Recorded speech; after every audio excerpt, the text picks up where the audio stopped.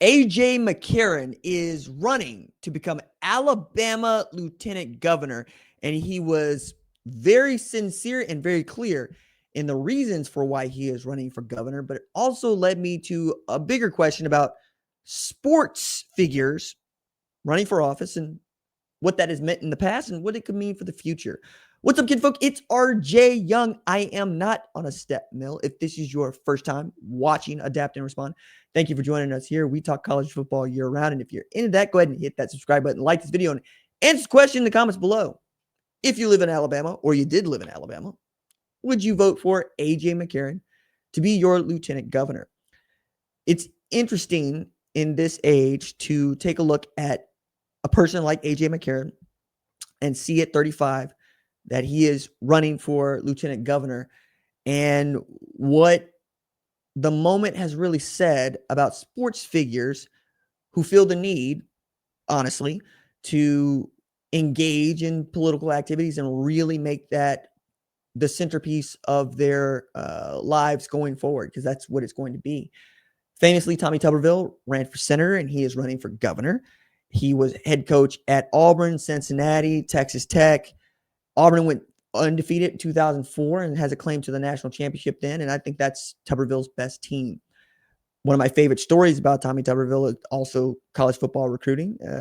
He was the head coach at Texas Tech, and he was in the middle of a dinner and allegedly got up in the middle of that dinner with a recruit to get on a plane and take the job at Cincinnati. Only things that could happen in college football and things that we can laugh about now. We're also talking about other figures that have run for governor out of the sports arena. I mean, I think about Jesse the Body Ventura running for Minnesota governor. I think about J.C. Watts as a congressman in the state of Oklahoma, where I live. I think about Steve Largent, also from state of Oklahoma, went to the University of Tulsa. We share the same alma mater, and he's one of the great wide receivers to ever play in the NFL. And you can really keep going up and down sports and U.S. politics and find some figures that have made names in both arenas. Anthony Gonzalez, who for a long time had the honor of being the last first-round pick at wide receiver for the Ohio State Buckeyes, and that was broken, 2018 with Chris Olave and Garrett Wilson and whatnot. But you can keep going. I mean, Jim Tressel is lieutenant governor for the state of Ohio, and I think that if he ran for governor, he would probably win. He has been the picture of what you would expect an upstanding and old school coach might be, and what you might want for your lieutenant governor, or even your governor or congressman, senator, what have you. It's also an interesting spot to begin your candidacy for office, because many of you know AJ McCarron won 3 BCS national championships as quarterback at Alabama and was really good. And I don't know that gets enough consideration for how good he was at Alabama, because Alabama's everything else was as good around him. It always felt like for some time the quarterback at Alabama was a hood ornament, because everybody else was so good, particularly at running back, particularly on the offensive line, and always the defense. It's only in recent years when the quarterback has become a much more important focal point of the offense. It tells you everything that you need to know, that Alabama hasn't had that many Heisman winners, and the only 2 that Nick Saban had were running back Mark Ingram and wide receiver Devontae Smith, right? No quarterbacks, no Tua Tagovailoa, no Mac Jones, no AJ McCarron, no Cooper Bateman, no Greg McElroy. We keep going down a list on this. Blake Sims was also amazing and doesn't get enough credit for being so. Jalen Hurts was a Heisman finalist, but at Oklahoma, where he finished second, even though he helped lead that team to the 2018 national championship, coming in the second half of the SEC championship game to help win it, and then getting pulled in the second half of the national championship game so Tua could win it. It's really Nick Saban doing a great job with his quarterbacks and always developing them in such a way that they come into these leadership roles. I think it also says a lot that Saban has had quarterbacks, Greg McElroy, who has become a national college football analyst at ESPN and does an outstanding job. AJ McCarron just finished his professional football career, having played a little bit in the NFL, famously for the Cincinnati Bengals, and also famously in the UFL, a league that I have covered since its inception. I've covered professional spring football since it was brought back in 2022. And as part of that, you get to know some of these personalities even better than you already did as you had followed them from the college ranks. Matter of fact, that's the reason that I was asked, and I feel honored to cover the UFL. Is most of these guys have a tremendous college football background. And in the state of Alabama, that can go quite a long way. McCarron, who is living in Mobile, he's from there. He's got 3 kids. He married Miss Alabama.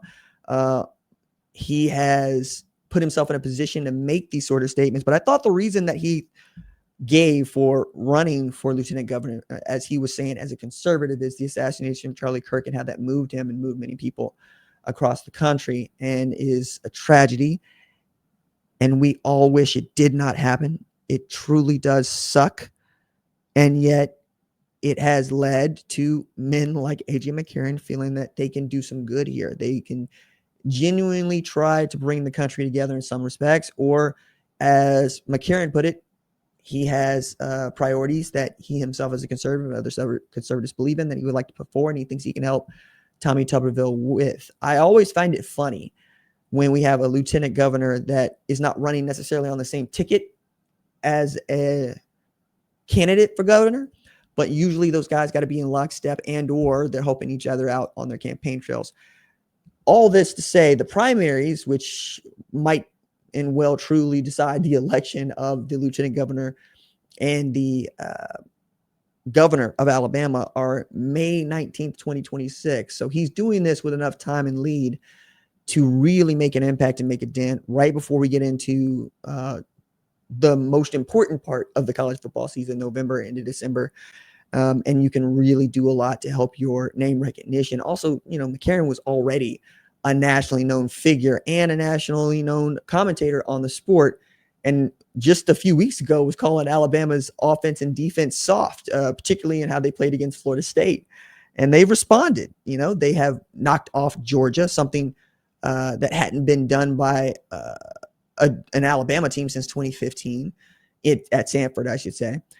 And they have top 25 wins against Tennessee to go along with it, Vanderbilt, and they're going to continue to keep doing that, so it seems. And I've always thought that quarterback was the most important position in sports.